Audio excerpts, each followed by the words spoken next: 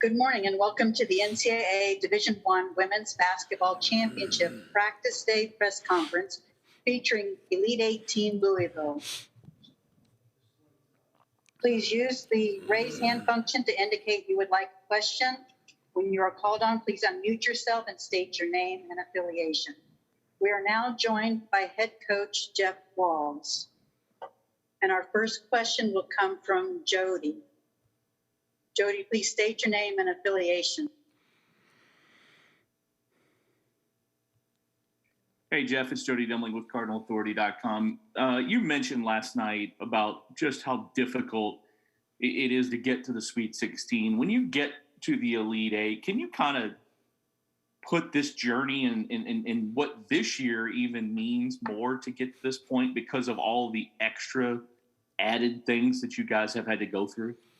Yeah, it speaks volumes for our entire athletic department, our medical staff, our trainers, our managers, our administration, everyone involved at the University of Louisville. It's a team effort to get to this point, especially during this COVID year, with all the protocols that had to be followed. Our players have been remarkable with the way they followed things. And Jody, I've said it all along. I think one of the things that the media gets wrong during this year, especially, and it's really the only year we've had this, is when a team goes on a pause, everyone automatically assumes it's the student athletes. We have gone on a extended pause once, and then just fortunately about a 4 or 5 day pause. And neither of those two incidents started with a student athlete. It was someone within our Tier 1 group that first contracted the virus. So these student athletes have really bought into doing everything we could that they could possibly to make sure we could have this season. They have given up a lot. Their circle of friends shrunk considerably, and they really just hung out with each other. And I think that's why team chemistry has been so important.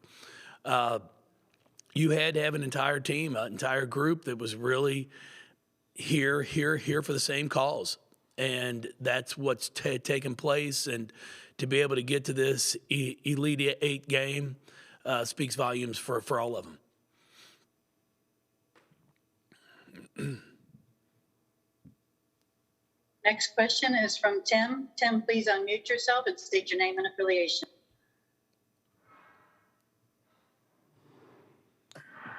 Hey, Jeff, Tim Sullivan from Courier. You've addressed this at several points this year about your players not going out and partying and buying into the bigger mission that you've set for yourself.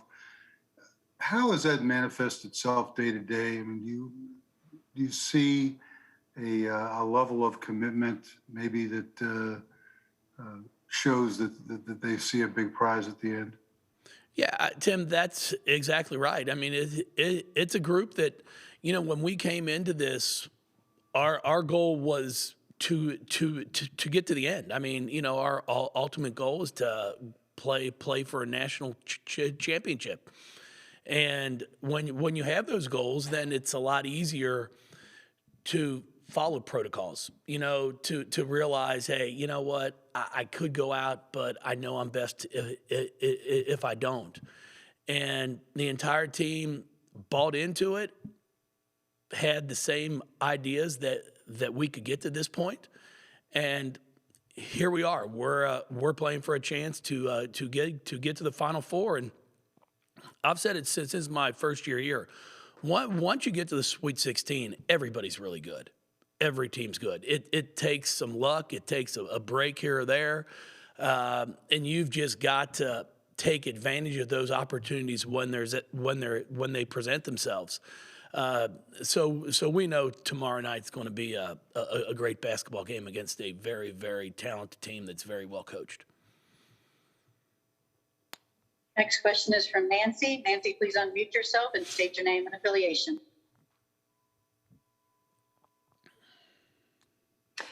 Hey, Jeff, it's Nancy Armour with USA Today Sports. I'm just curious. We've seen, Adia Barnes has Arizona in the Elite Eight for the first time. Dawn spoke out very forcefully about some of the inequities. How important is it to see this younger generation of coaches, particularly female coaches, emerging? And why is that necessary for the growth of the game? Am I considered old now? Should I be offended No, by you're that, not old. Nancy? Should I You're be not old, but you've been here offended by that one? No, it's a cycle. It always, it comes and goes. I mean, it's going to continue to come along. I mean, our game is going to continue to grow. I was fortunate enough 14 years ago to get the opportunity to be a head coach. And, you're going to have turnover year in and year out. And Adia has done an unbelievable job. She's built that program to where it is now. She does an unbelievable job of coaching.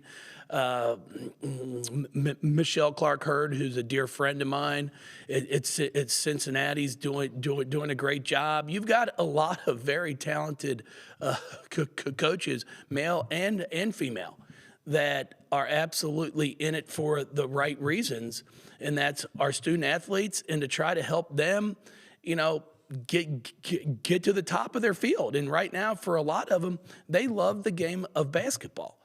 They want to be great at basketball, and then we obviously hold them accountable, and they hold themselves accountable to be great in the classroom as well. So yeah, I mean, it's going to continue to go. Eventually, I'm going to step aside, and then someone's going to take over for me. So it's a cycle.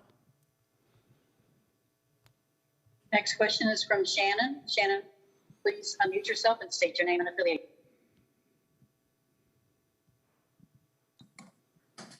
Hey, Coach. Shannon Russell, Courier-Journal. Coming off last night's defensive performance, I mean, you guys, that was the key to the game. But what is it going to take to defensively, go against Stanford, and what other keys do you see to tomorrow's game? Well, it's going to take a team effort for sure at the defensive end of the floor. They have a very talented and deep ball club. They can score from all 5 spots. They're playing at a high level right now. We know that, and we're going to have to come out and play with the same focus. We're going to have to rebound the basketball. We're going to have to get back in transition.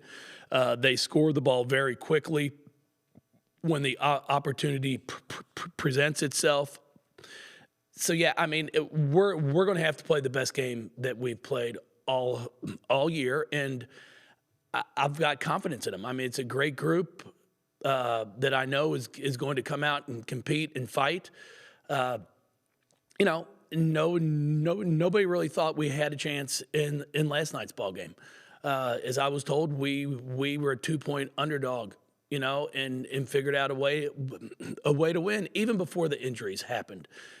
We were controlling the game. So just really, really proud of this group. Next question is from Doug. Doug, please unmute yourself and state your name and affiliation. Good morning, Coach. Doug Feinberg, the Associated Press. Morning, Doug. For you. First, is a seasoned coach, not an old coach. Thank you. You go for a walk this morning? Because I know you have to get those bones going to get you some exercise. You know what? I did. I got a good 3-mile walk in this morning. The doors open at 7 a.m. is when I'm allowed out of the doors to start my walk. It's 7 to 7, the walking path is open. And then obviously we watched a bunch of film last night, didn't get a whole bunch of sleep. And, the one thing, if you've obviously covered us long enough, when I don't get a bunch of sleep, boy, I really start to stutter bad. So as you can tell, this probably isn't the cleanest of press conferences that you've heard from me. Yeah. The second question I have for you, a list came out this morning of like the potential top earners in college sports of the name, image, and likeness. And I think Haley was second, and the top few were all women. Is that something you think that if it does change, that they can make some money off their names, that the women basketball players might be high on that list because they have recognition and there is that strong following they have? so to speak? Yes, I really do think that, and Haley obviously has done a wonderful job with her brand. And the amazing thing is, I think it's Instagram where she's got 600 something thousand followers, and I think she'd only posted like 20 or 30 times. I mean, it's pretty remarkable to me. You know, I gave her a hard time, like, are you sure you're not making up all those fake accounts?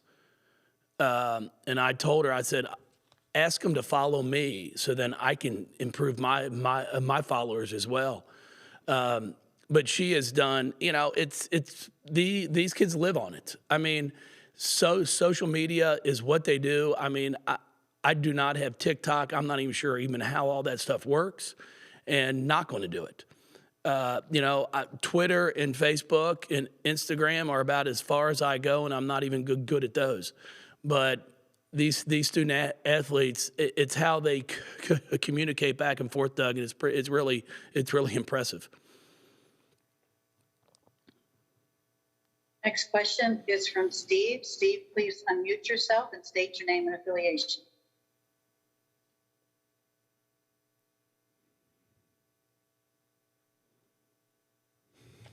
Okay, we're going to move on to Eric. Eric, please unmute yourself and state your name and affiliation.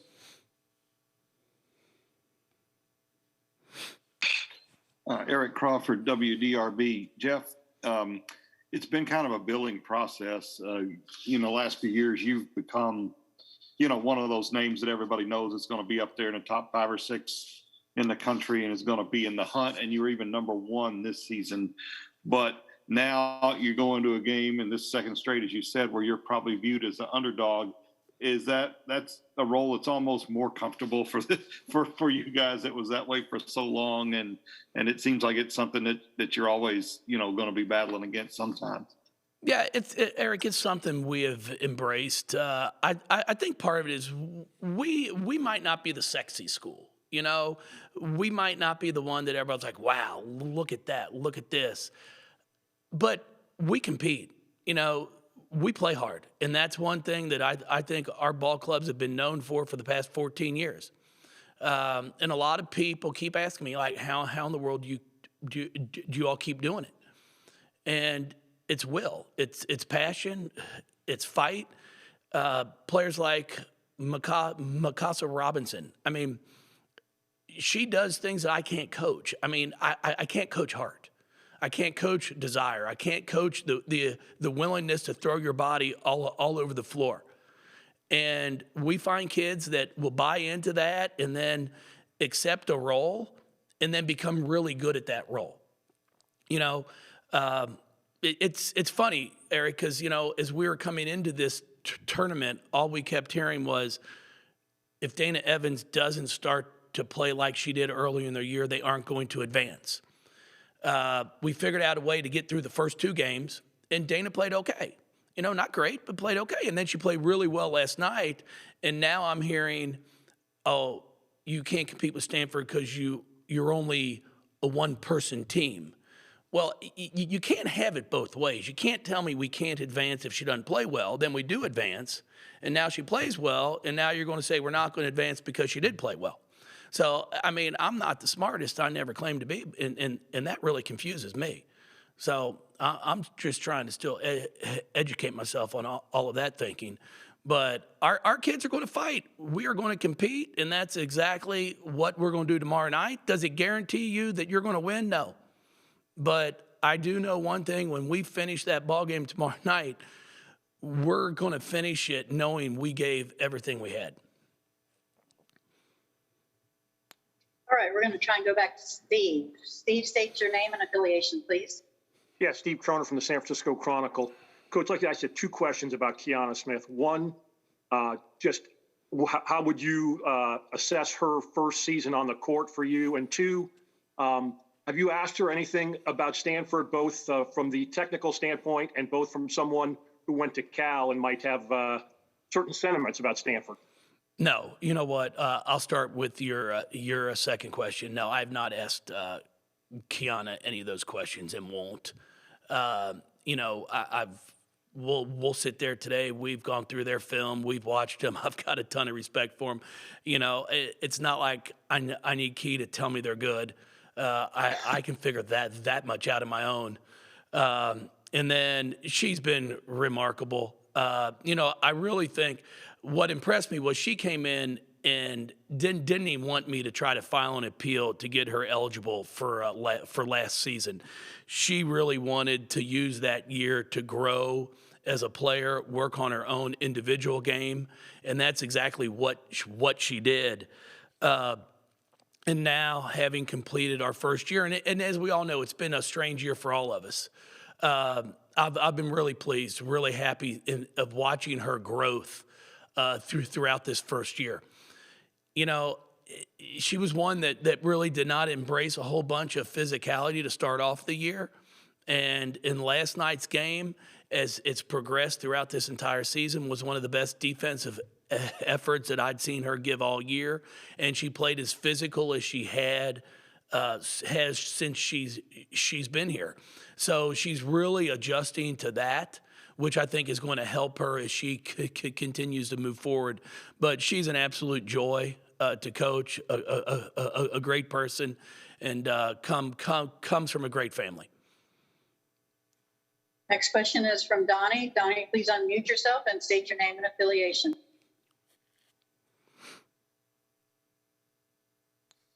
Good morning, Coach. Donnie Woods here with World Exposure Report. Morning. If you don't mind, can you just kind of compare the experiences that you've had between the 09 and 13 with this current team that you have now? Just compare the teams? Yes. Yeah. If you could kind of compare the experiences and how this team might have a chance to get to the finals like the 09 and 13 team did. Oh, sure. No, I mean, it's its own team. It's the one thing I've said, ever since I've been here. When Angel McCoughtry graduated, everybody's like, what are you going to do to replace Angel? I mean, who's going to replace her? There is nobody that's going to replace Angel McCoughtry. And what happened for us, Shoni Schimmel came along. And then Sarah Hammond, Maishine Allen. It's the team. It's the one thing that I take a ton of pride in is we have had the opportunity to play in 2 national championship games and 3 Final Fours, and we've done it with different recruiting classes. So we've been able to put different styles and different types of players together to get to this point. And at this point in time, you have to have someone that can score the basketball at an elite level, and Dana has done that for us. And then we've got Key and Haley, Olivia. We've got a multitude of players that are very talented and have shown that throughout the year, especially these last 2.5 weeks.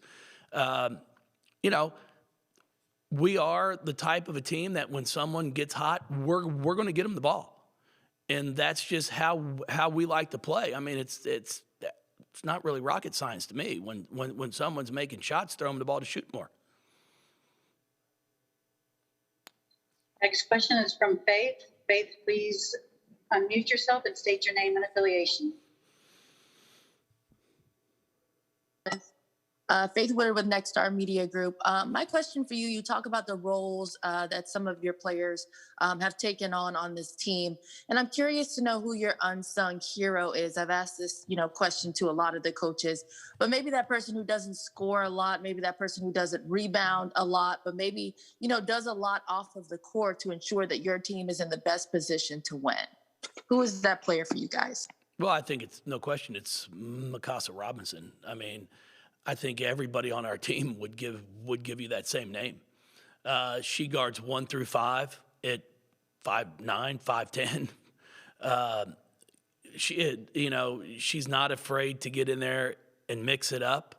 And then the other one on our team that I think just is willing to do whatever she has to do for us is Haley Van Lith. I mean, she's our second or third leading rebounder right now. She was tied with Mikasa with 7 in last night's game. She can score the ball for us, but what I really count on every single night is I know she's going to go out there and rebound it. And that's one of the things when we came into this season, which was a concern for us, was how are we going to replace our rebounding, and she's been a big part of that. But our number one person would definitely be Mikasa. I have time for one more question, and that's coming from Jody. Hey, Jeff, Jody Demling again. Olivia and Liz didn't score a ton last night, but I thought really defensively and on the boards, they did a great job. How much have each one of them kind of gotten to that role where it doesn't have to be points for them, you know, and they're doing the little things that make you guys better inside and especially on defense? Yeah, without those two, we don't win the ball game. There's no question. They battled down low extremely hard. I mean, did not shoot the ball as well as she had. I think she was 1 for 7, and Liz may have been 2 for 8. But they were also getting adjusted, you know, to that size in there that Oregon had. But what those two did at the defensive end and then rebounding the ball, and not necessarily the rebounds they got, because their number one job was to keep their two bigs from getting the ball. So our guards were going to have to get in there and clean things up. But I told them both after the game that, you know, I've never been as proud of two post players for the performance that they gave us in last night's ball game of keeping them off the glass. Coach, thank you for your time and good luck going forward. Thank you. We will be joined shortly by Kiana Smith. In the meantime, please go ahead and raise your hand if you have a question for Kiana.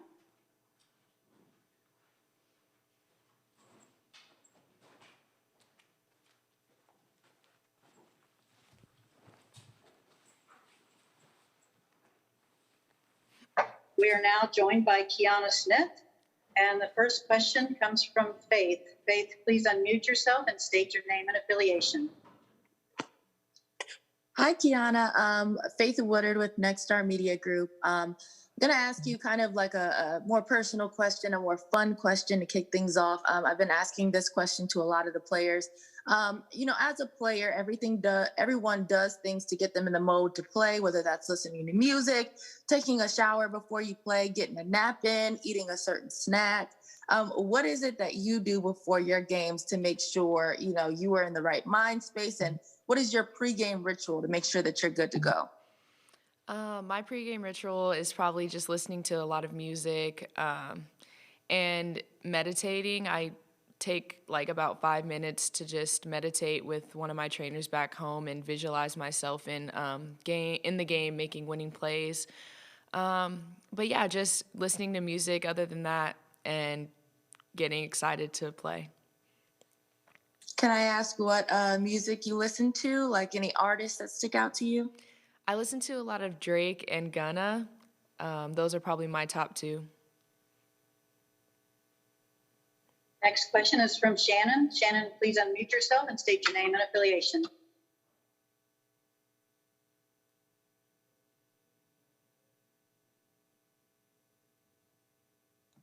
Sorry about that. Hi, Kiana. Shannon Russell, Courier Journal in Louisville.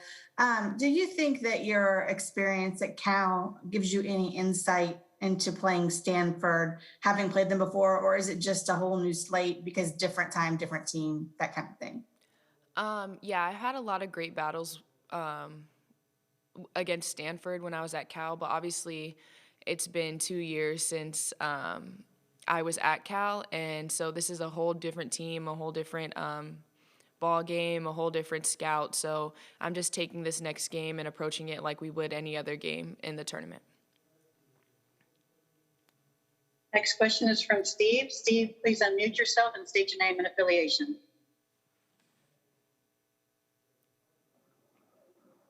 Steve Croner from the San Francisco Chronicle. How would you assess your first season on the court at Louisville? And you said that, you know, that this doesn't necessarily the same Stanford team you played, but do you expect, or maybe have you already heard from some Cal people giving you some encouragement for tomorrow night? I've heard from a lot of my old Cal teammates just encouraging me, not necessarily because we're playing Stanford, but just because we're super close. But they definitely know the challenge tomorrow's game will bring. So they're just really excited for me to be playing in the Elite Eight. And yeah, this year has been great playing at Louisville. I've loved playing for Coach Walz. He definitely challenges me in completely different ways and pushes me more than I have been. Like he said, I've been challenged to be more physical, and I feel like I've grown in that way and have gotten better defensively. So a lot of growth this year for me. Steve, did you have a follow-up question? I do not. That's fine. Thank you, Kiana.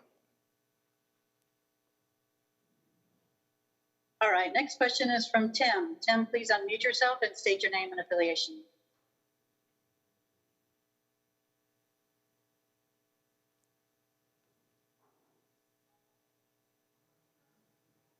Tim, you need to unmute. There we go. Sorry, Tim Sullivan, Courier Journal. Coach Walz has spoken all year really about the need to of the players to isolate and not be partying and that sort of thing.